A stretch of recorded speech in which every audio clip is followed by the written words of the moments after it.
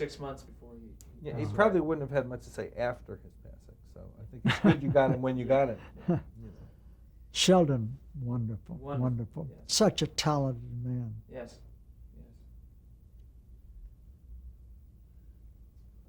Did you know Danny Arnold? You mean Danny Thomas? No, I mean Danny Arnold. You mentioned Danny Arnold briefly, and Oh, did I I? interviewed him once. I knew Danny Arnold as a writer Yeah, we created Barney Miller. to my satisfaction. So before before the Hillbillies came along, you had a brief time at Universal writing films with Stanley Yes. Shapiro. Yes. How did that come about? Why did you decide to get into film? Well, when the Cummings show ended after a 5-year run, Stanley called me and he said, you know, the man who described television as the glass furnace was right. He said, writing for movies is so much more enjoyable. And why don't you come over to Universal and we'll do a picture together. So I went over to Universal, and just about that time there was a writer's strike. So Stanley would come in. We had a guest house next door, and Stanley would come into the guest house, and we would sit there and dream up ideas. And we got to talking about the power of advertising and how it was miraculous that you could launch a campaign for for a product that hadn't even been invented yet. Mm-hmm. But if your commercials were good, they would sell the product. And that was the basis of Lover Come Back. A product got sold that didn't exist. And then you had to come up with the product. So that was a pleasure, of course. And then Bedtime Story with Marlon Brando. Yes, yes. Well, now Well, writing with Stanley on a movie was so leisurely compared to the glass furnace, as it was aptly called. and these were fairly successful films. Yes, I'm happy to say, of course, I think Stanley is a genius. I think he could have written with anyone, you know. Well, if it was so pleasant and the films were fairly successful, why did you get back into television? Why did I go back? Yeah. Stanley and I shared an office at Universal, which in those days was completely different. It was just a little wonderful part of the country, sort of a country atmosphere with little bungalows. And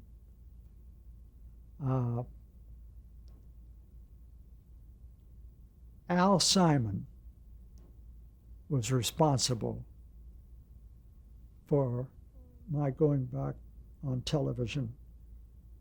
I had taken a vacation after the Cummings show. I took a long motor trip, and on the Cummings show, Chrysler supplied the cars, and Ruth had this wonderful Chrysler sedan. So Ruth did not enjoy riding in the car, and I enjoyed driving. That was my recreation. I never will forget, I was working for George and Gracie, and I had a convertible, and we had the afternoon off. And I called Ruth and I said, I have the afternoon off, and I want to come home and pick you up, and I have a wonderful plan. So my plan was that we would drive, say, to Santa Barbara. And the San Fernando Valley was not what it is now. We were driving along, and the top was down, and I turned to Ruth and I said, "Isn't this wonderful?" And she said, "No." And I drove off the road. I was so startled. I drove off the road. I said, "What do you mean?" She said, "Well, I guess this is the time to tell you, I don't enjoy riding in the car." And of course, to me, that was recreation. And I think that became a part of my life, a happy part of my life when I was a little boy. And every Sunday, my brother, who was a mechanic and drove a car that was, I think, a Cadillac, would take us all out for a Sunday afternoon drive. And he would always light a cigar. And my association with riding enjoyably in a car had the cigar smoke associated with it. Anyway, So you won this, when I you said won to this, Ruth, "Isn't this wonderful?" she said, "No," and I was so taken aback. so you take this trip. So if it was so leisurely working in films, what caused you to get back into television? Daily telephone calls from Al Simon. Al Simon had just become an officer in a new company called Filmways. I think Al was president. It was founded by Martin Ransohoff, and it was a new production company, and Al called me at Universal, and he said, "Please write a television pilot," you know. And so I guess after a couple of years away from television, it didn't seem quite so scary, and I had always had a great affection for hillbillies, and I think that started when I was a Boy Scout. I went to camp in the Ozarks at a place called Knoll, Missouri, and it was right on the border of Arkansas, very close to the border. And we'd take 14-mile hikes, and when you go seven miles into the woods, you know. But anyway, I'd always had a fondness for hillbillies, and that probably started at the Boy Scout camp experience. And I was talking about Ruth and the motor trip, and I had an afternoon off, and I had this convertible, and I picked up Ruth, and we're driving out Ventura Boulevard, and I said, "Isn't this wonderful?" And she said, "No." I was just matter-of-factly, I was so surprised. And she said, "I might as well tell you, I guess now, the best time, that I don't enjoy riding in cars." So I borrowed. Ruth's mother was the opposite. She was a great history buff, a Civil War buff, and I called her and asked her if she'd like to go visit some historic spots during this period of time off, and she said she'd love it.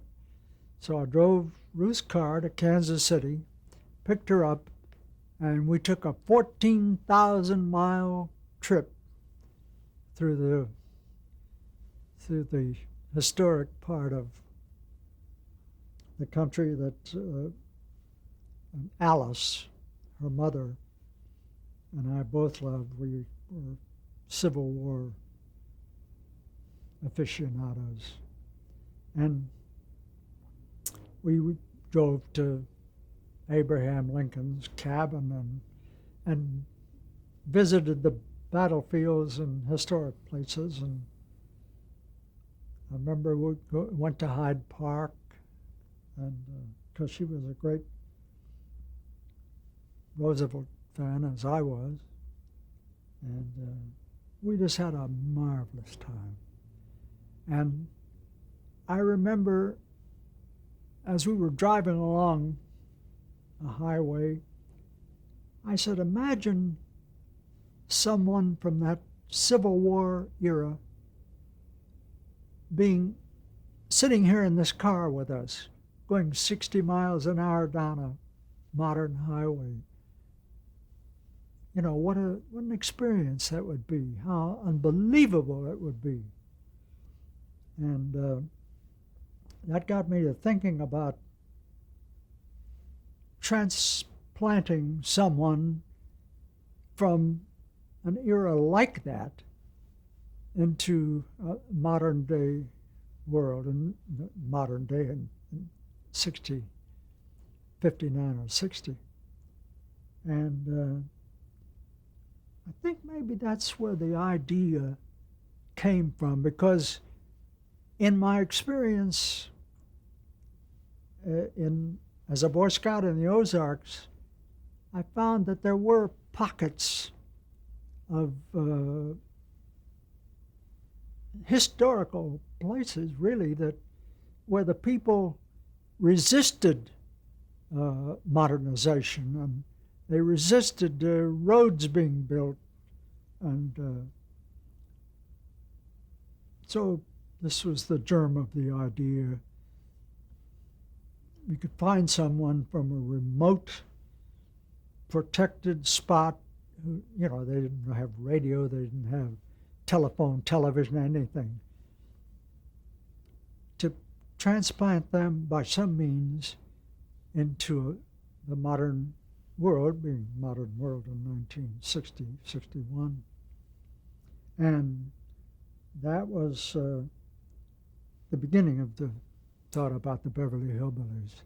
And what I wanted to do was escape the week-to-week depressive setting of the backwoods thing. As I said about Tobacco Road, it was very, very funny, but you wouldn't want to see it very often because it was depressing.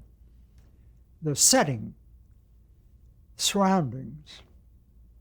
So I thought if you could take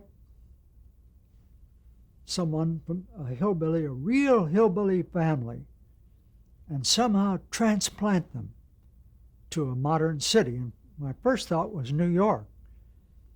And then I thought, you know, this would mean expensive location trips, and why not transplant them to Beverly Hills, where you have the same sophistication, maybe more. And then to make that possible, they had to suddenly become affluent. And that's how Jed was out shooting at some food, and up through the ground come a bubbling crude. And so all of a sudden they're millionaires. Do you remember the moment when that wonderful title first came to you? The Beverly Hillbillies? There had been a musical group called the Beverly Hillbillies. And I didn't know any of them personally, but this title stayed with me, and it seemed so apt. At first I called them the New York Hillbillies, the Manhattan Hillbillies, you know. Then I thought the Beverly Hillbillies is perfect. And that's how it came about. So you were getting these calls from Al Simon. Yes. He said, please, we need a television series, and I know you can do it. And so that's how the Beverly Hillbillies Wasn't there some thought at one point of doing Mon Pa Kettle again? Oh, when I had lunch with uh,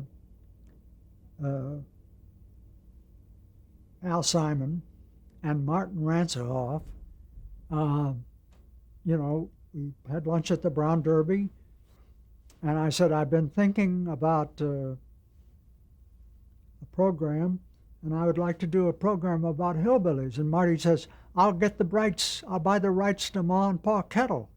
And I said, Marty, bless you, but if I'm going to do hillbillies, I want to invent them. I want them to be mine.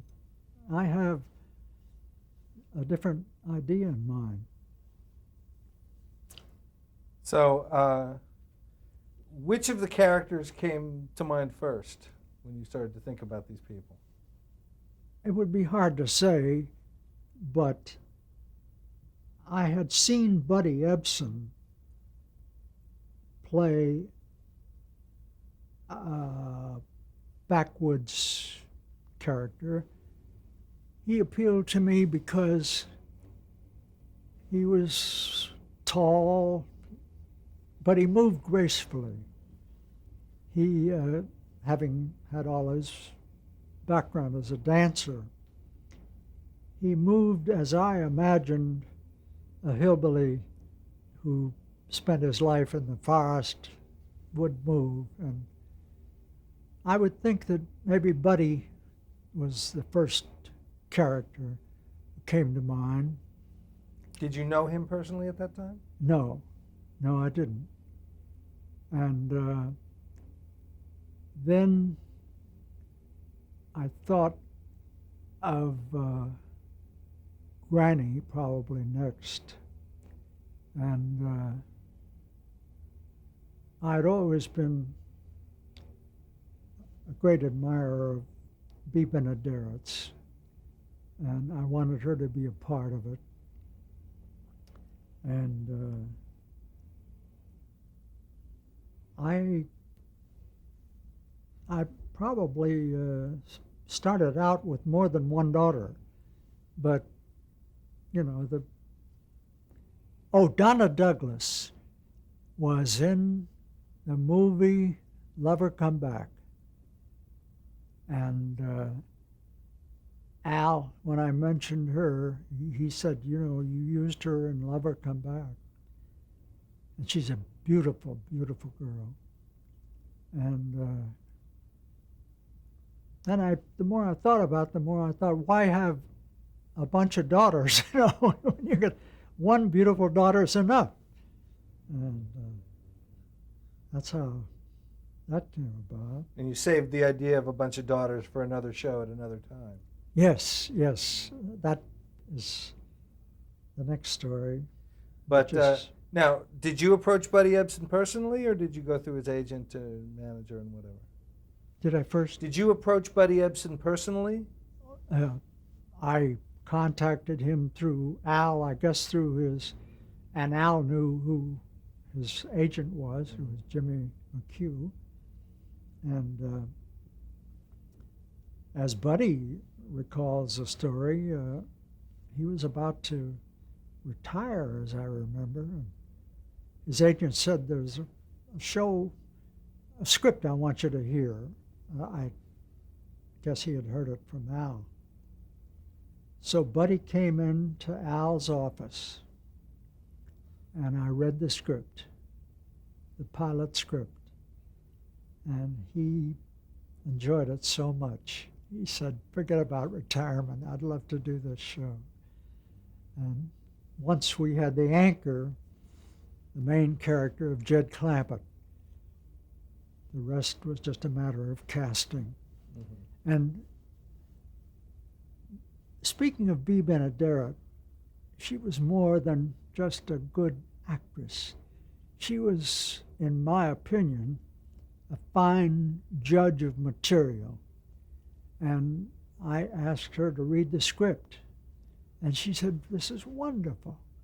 This is wonderful. She said, I'd love to play Granny. And I said, Bea, you're not built like my picture of Granny. And So she was present when we had the screen tests. And meantime, Irene Ryan had paid a visit. She was on the Universal lot, and she came by the office. We had used her on the Dennis Day show, Irene Ryan. And she came by, and I said, Irene, do you think you could play the part of a hillbilly? And she said, are you kidding? She says, I was in stock company, and we played a theater in Arkansas. And she said, we kept waiting for the curtain to go up. We were backstage, kept waiting. And finally, the curtain didn't go up, and there was nobody in the theater. So we went out and talked to the manager. We said, why don't you let the people in? And he said, if I let them in before it's time for the curtain to go up, they whittle away the seats. She said, so I know hillbilly. And when we had the screen tests, Bea Benaderet was there to try out for the part of Granny. And as soon as Irene Ryan read the part, Bea came over to me and she says, there's Granny. She had an infallible eye for a script and for a character. She was just wonderful. Now, Irene Ryan was quite a bit younger than Granny, wasn't she? Oh, I'm sure. I'm sure she was. She had to go through quite a bit in order to be transformed into But Granny. she was wonderful. She was just so wonderful. So with Buddy Ebsen and Irene Ryan and Donna Douglas, we were then wanted Jethro. And Max Baer was just one of the many fellows who came in and read for the part. But Max had a wonderful humor about him. He was a big man and normally would be threatening. I mean, you know, he was so powerful. But he had this wonderful, silly grin that, you know, you couldn't be afraid of him. Your heart went out to him. And Max, we were so fortunate in casting. We got the perfect cast. And we were together as a family. You know, Bea Benaderet then became Jethro's mother. And we worked together closely for 9 years. And I remembered Nancy Culp from the Bob Cummings show. She was the erudite, perfect stenographic person. And of course, Schulze was the main member of the. Ruth recommended Rosemary DeCamp as Dwayne Hickman's mother, and so it all came together. And then the banker. Well, the banker Drysdale, I cannot remember how Raymond Bailey came to read for the part, but of course he was wonderful. Mm-hmm. He was perfect, and I had a clear idea of how I wanted the banker to be because I had had an experience with a banker in Arkansas, of all places, and he worshiped money. He literally worshiped money, and so Banker Drysdale became a man who worshiped money.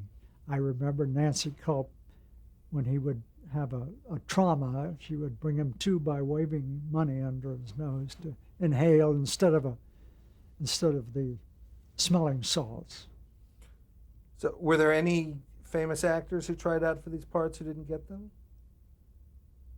Uh, I I don't know that they would be considered famous, but there was a girl who read for the part of Ellie Mae. Again, I'm faced with losing a name, but I thought she was wonderful and perfect for the part.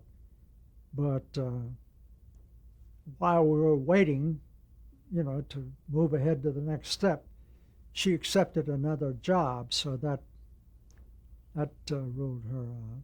She So- later appeared on the Andy Griffith Show, and her name will come to me. Fine actress. So basically, the concept changed very little from your initial idea of it. That's right. That's right. Okay, now you presented it to Al Simon, and he said great. And was a pilot film shot first, or was it sold to CBS on the basis of the concept? No, we shot a pilot film.